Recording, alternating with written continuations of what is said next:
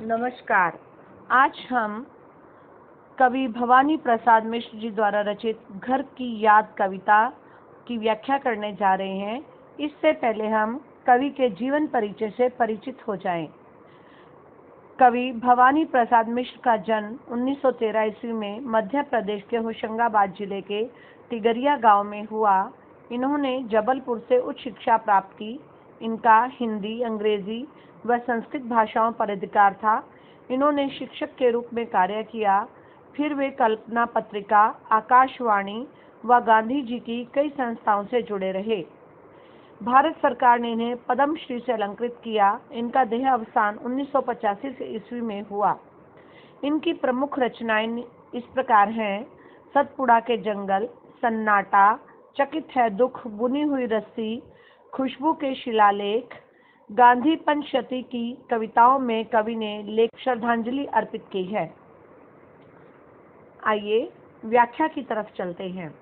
आज पानी गिर रहा है, बहुत पानी गिर रहा है, रात भर गिरता रहा है, प्राण मन गिरता रहा है। बहुत पानी गिर रहा है, घर नजर में तिर रहा है, घर की मुझसे दूर है जो, घर खुशी का पूर है जो, घर की घर में चार भाई, मायके में बहन आई, बाप के घर, हाय रे परिताप के घर। घर की घर में सब जुड़े हैं, सब की इतने कब जुड़े हैं, चार भाई चार बहनें, भुजा भाई प्यार बहनें। कवि बताता है कि आज बहुत तेज बरसात हो रही है, रात भर वर्षा होती रही है।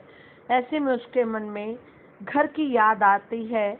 बरसते हुए पानी के बीच में रात भर कवि की नज़रों में घर घूमता रहा। उसका घर जो उससे बहुत दूर है वह खुशियों का भंडार है। घर में चार भाई हैं, बहन मायके में यानी पिता के घर आई है।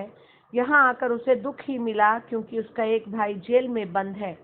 आज सभी घर में इकट्ठे होंगे। वे आपस में जुड़े हुए हैं।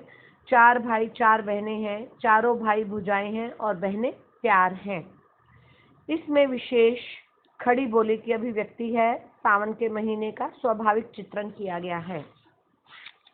अगली पंक्तियों में, और माँ बिन पड़ी मेरी, दुख में गढ़ी मेरी, माँ की जिसकी गोद में से रख लिया तो दुख नहीं, फिर माँ की जिसकी स्नेह धारा का यहाँ तक भी पसारा, उसे लिखना नहीं आता जो कि उसका पत्र पाता। पिताजी जिनको बुढ़ापा एक क्षण भी नहीं व्यापा, जो अभी तक दौड़ जाएं, जो अभी भी खिलखिलाएं, मौत के आगे न हिचके, शेर के आगे न बिचके, बोल में बादल गरजता, काम में झंझा लरजता। इन पंक्तियों में कवि को जो है सावन की बरसात में घर के सदस्यों की याद आती है, माँ की याद आती है। उसकी माँ अनपढ़ है, उसने बहुत कष्ट सहन किए हैं। उसकी माँ ममतामयी है, उसकी गोद में सिर रखने से दुख भी नहीं रहता है, अर्थात दुख का अनुभव नहीं होता है। जेल में कवि उसको अनुभव करता है, वो लिखना नहीं जानती है, इस कारण वह पत्र भी नहीं लिख सकती है। कवि अपने पिता के बारे में बताता है कि वे अभी भी चुस्त दुरुस्त हैं, बुढ़ापा एक क्षण के लिए भी उनके पास नहीं आया है। वे आज भी दौड़ सकते हैं, खूब खिलखिलाकर हंसते हैं। वे इतने साहसी हैं कि मौत के सामने भी हिचकते नहीं हैं, शेर के आगे भी डरते नहीं हैं। उनकी वाणी में जोश है, बादल के समान गर्जना है। जब वे काम करते हैं तो तूफान भी शर्मा जाते हैं। इसमें कवि ने अपने माता पिता के बारे में बताया है। पिता के वर्णन में वीर रस का आनंद मिलता है, खड़ी बोली है, भाषा सहज और सरल है।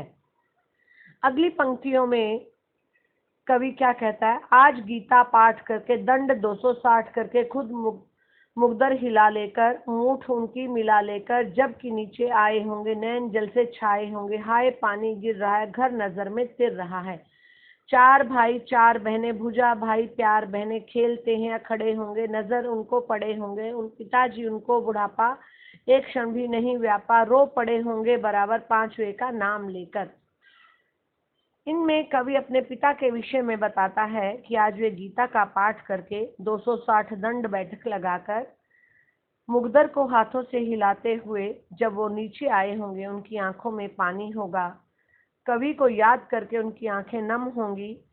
कवि को घर की याद सताती है। घर में चार भाई व चार बहनें हैं जो सुरक्षा और प्यार में बंधे हुए हैं।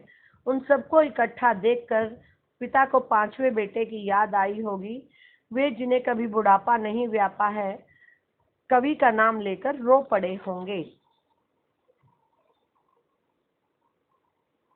अगली पंक्तियों में कवि कहता है, पांचवा मैं हूँ अभागा, जिसे सोने पर सुहागा। पिताजी कहते रहे हैं, प्यार में बहते रहे हैं, आज उनके स्वर्ण बेटे लगे होंगे उन्हें हेठे, क्योंकि मैं उनका सुहागा बंधा बैठा हूँ अभागा। इन पंक्तियों में कवि वह भाग्यहीन पांचवा पुत्र है जो उनके साथ नहीं है, परंतु पिताजी को सबसे प्यारा है। कभी कवि के बारे में चर्चा चलती है तो वो भाव विभोर हो जाते हैं। आज उन्हें अपने सोने जैसे सारे बेटे तुच्छ लगने लगे होंगे, क्योंकि सबसे प्यारा बेटा उनसे दूर जेल में बैठा हुआ है।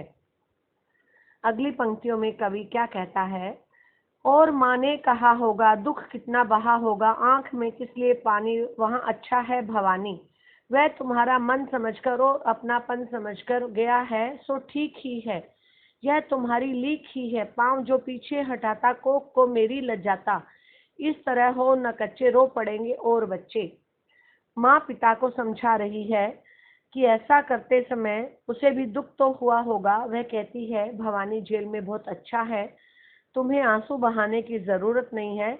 वह आपके दिखाए मार्ग पर ही चला है, इसे अपना उद्देश्य बनाकर गया है।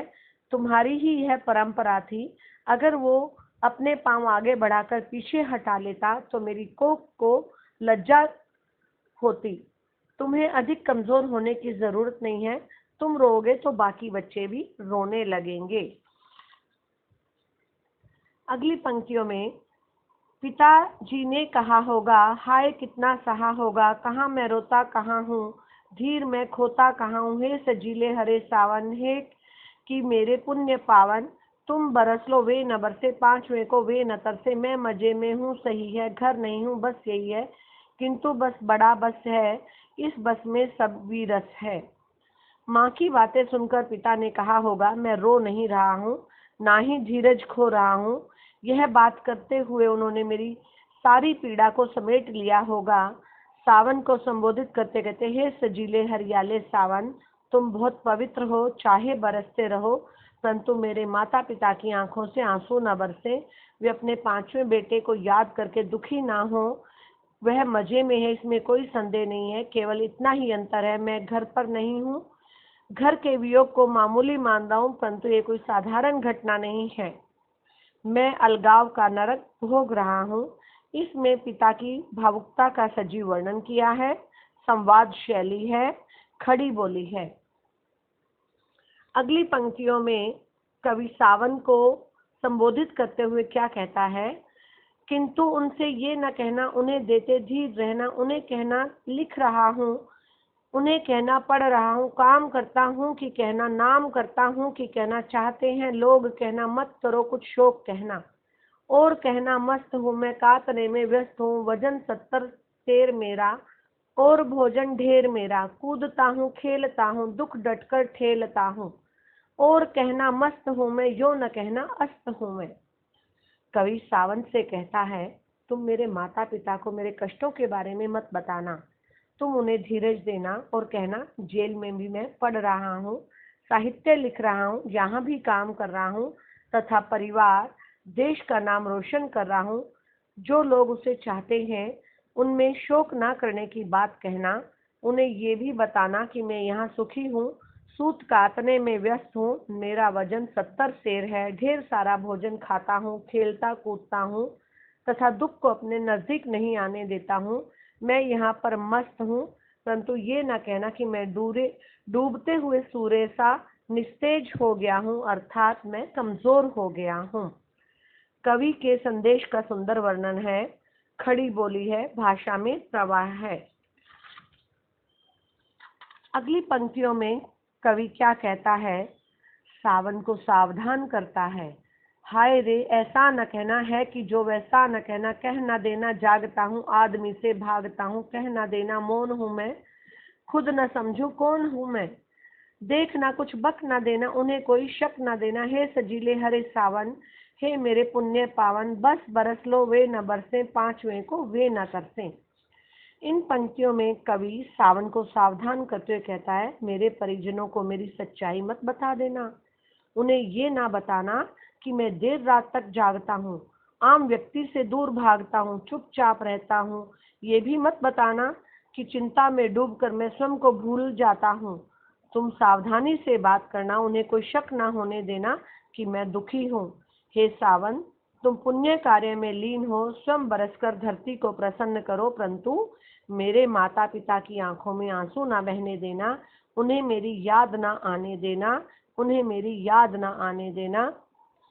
उम्मीद है बच्चों आपको ये कविता बहुत अच्छी लगी होगी और बहुत अच्छे से समझ भी आई होगी। आज का अध्याय यहीं खत्म होता है। धन्यवाद।